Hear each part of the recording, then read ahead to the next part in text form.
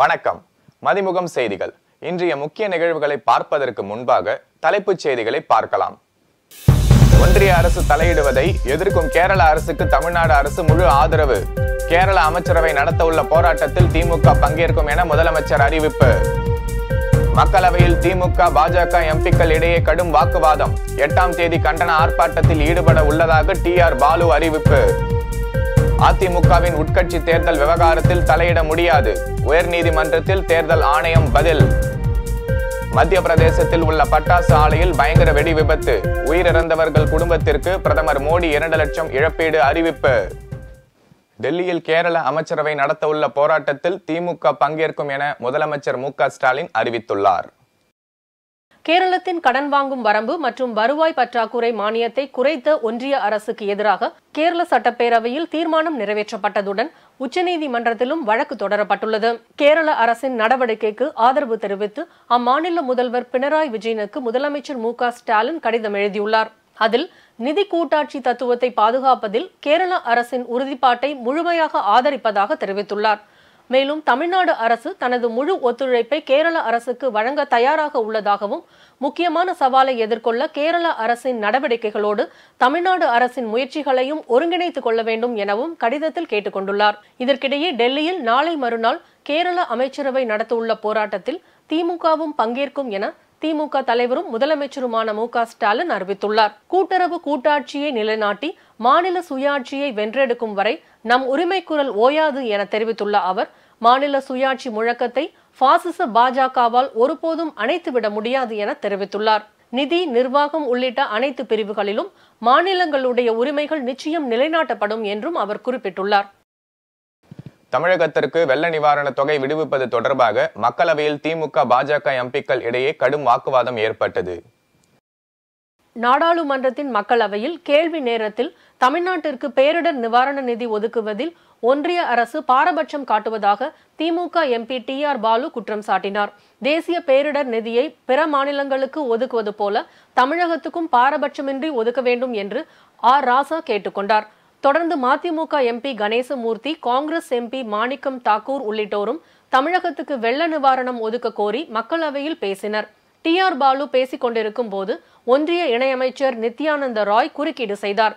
இதனால் கோபமடைந்த டிஆர் பாலு, நீங்கள் எம்பியாக இருக்கவும் மத்திய அமைச்சராக இருக்கவும் தகுதி இல்லாதவர் என்று தெரிவித்தார். டிஆர் பாலுவின் கருத்துக்கு எதிர்ப்பு தெரிவித்து ஒன்றிய அமைச்சர் பிரகலாத் ஜோஷி உள்ளிட்டோர் அமளியில் ஈடுபட்டதால் மக்களவை சிறிது நேரம் முடங்கியது.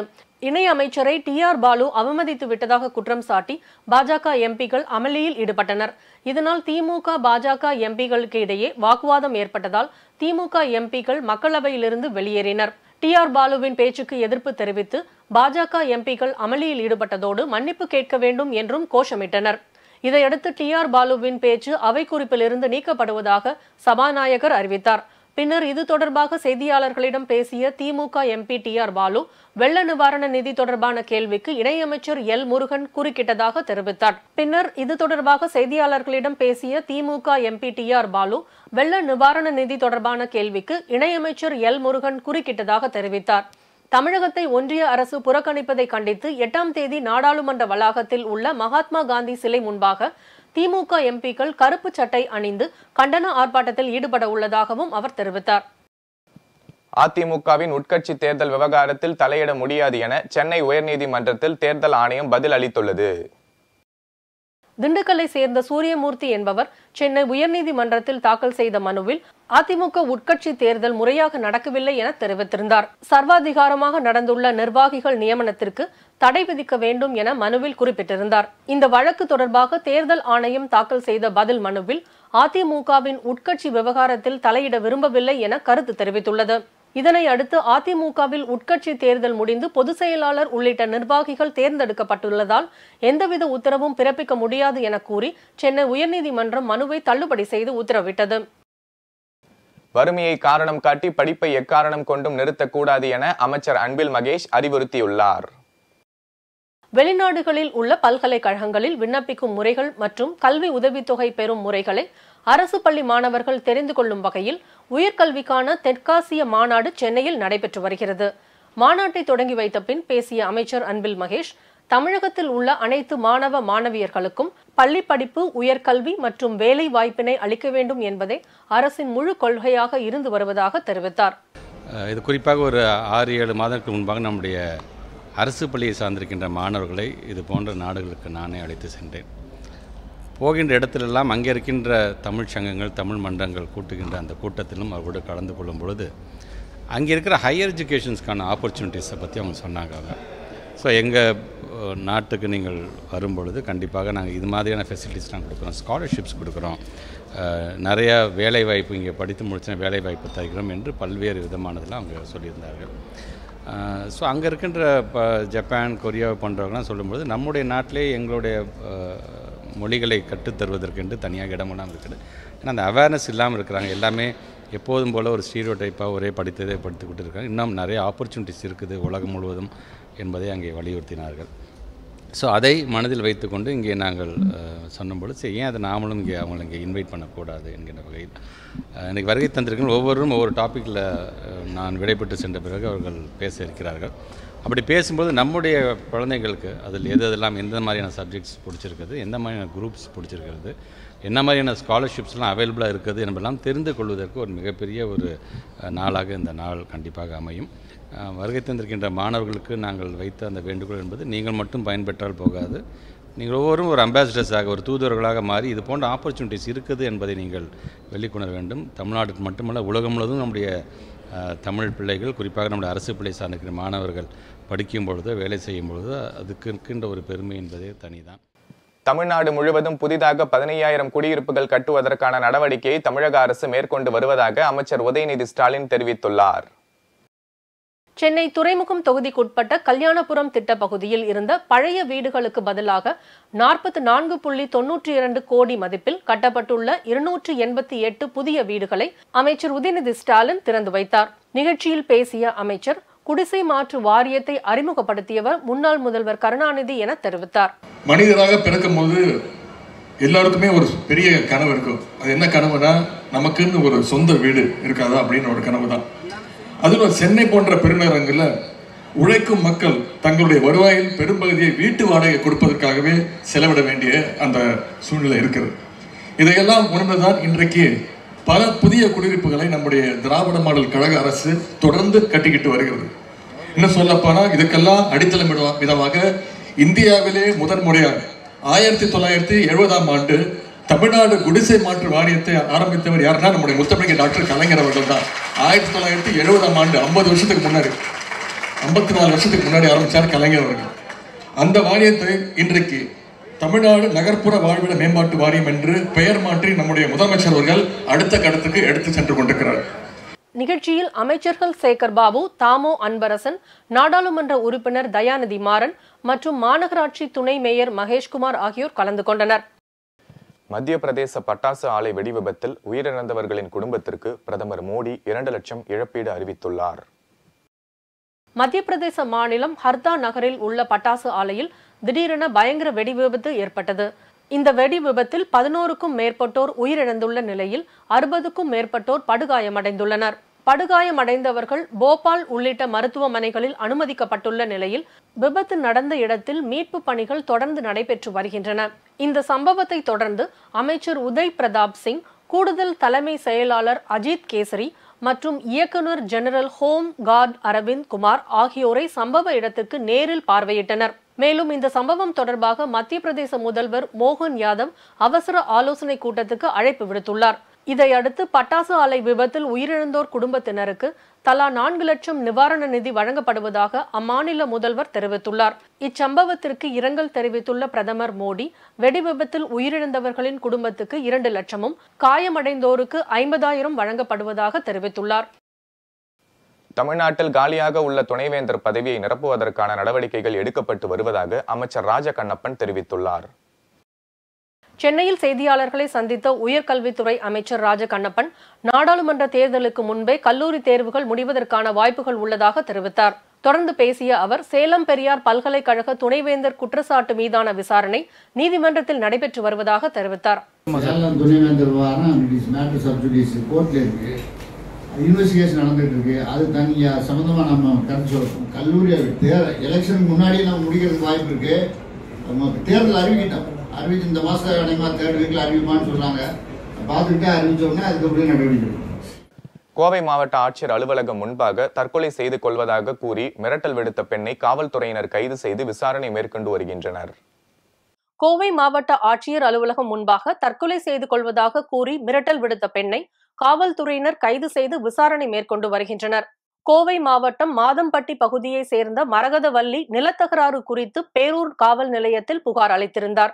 காவல்துறையினர் இது குறித்து ஏதும் நடவடிக்கை எடுக்காததால் மாவட்ட ஆட்சியர் அலுவலகம் முன் கத்தியை வைத்து தற்கொலை செய்து கொள்ளப் போவதாக மிரட்டல் விடுத்துள்ளார். அருகே இருந்த பெண் காவலர்கள் அந்த பெண்ணை தடுத்து நிறுத்தி காவல் நிலையம் அழைத்து சென்று விசாரணை மேற்கொண்டு வருகின்றனர். பல்வேறு மாவட்டங்களில் நடைபெற்ற தகவல்களை களத்தில் மதிமுகம் பகுதியில் பார்க்கலாம்.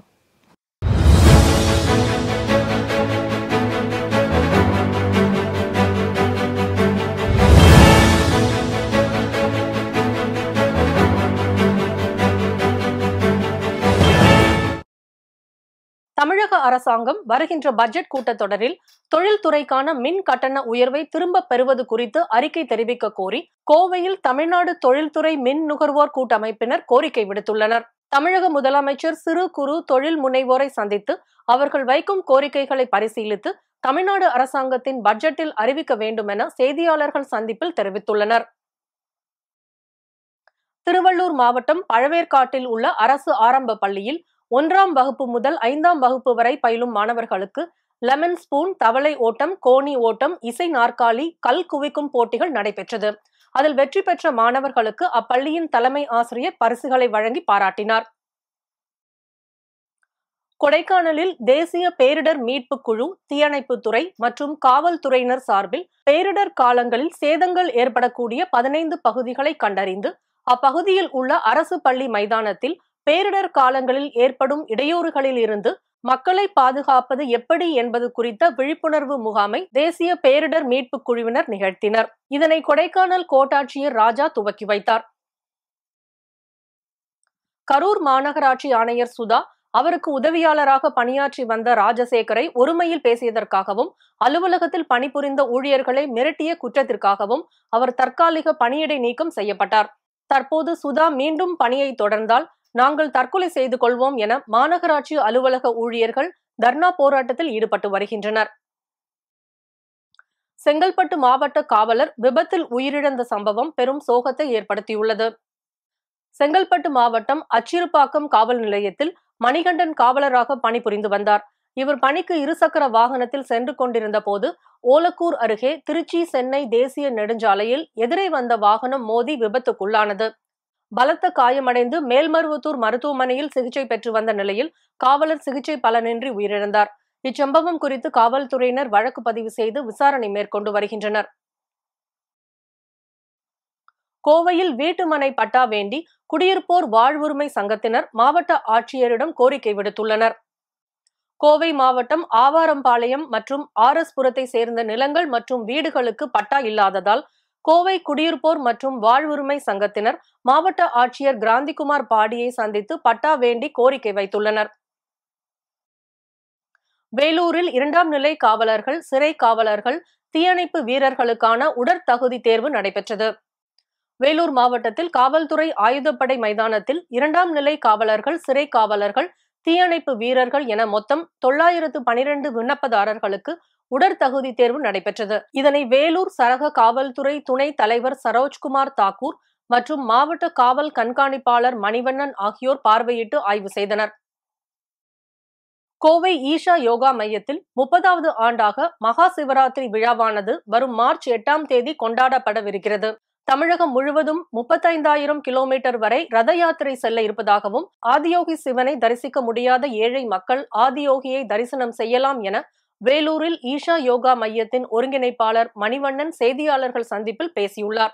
மகா சிவராத்திரியை முன்னிட்டு கோவை ஈஷா யோகா மையத்தில் இருந்து புறப்பட்ட ஆதியோகி ரதம், மொத்தம் 4 ரதம்ங்க. ஆதியோகி சிலை அதுல வந்திருக்கோம். 4 ரதம் ஆல் ஓவர் தமிழ்நாடு, புதுச்சேரி, அனைத்து மாவட்டங்களுக்கும் கிட்டத்தட்ட ஆயிரக்கணக்கான கிராமங்களுக்கும் பயணம் படுது.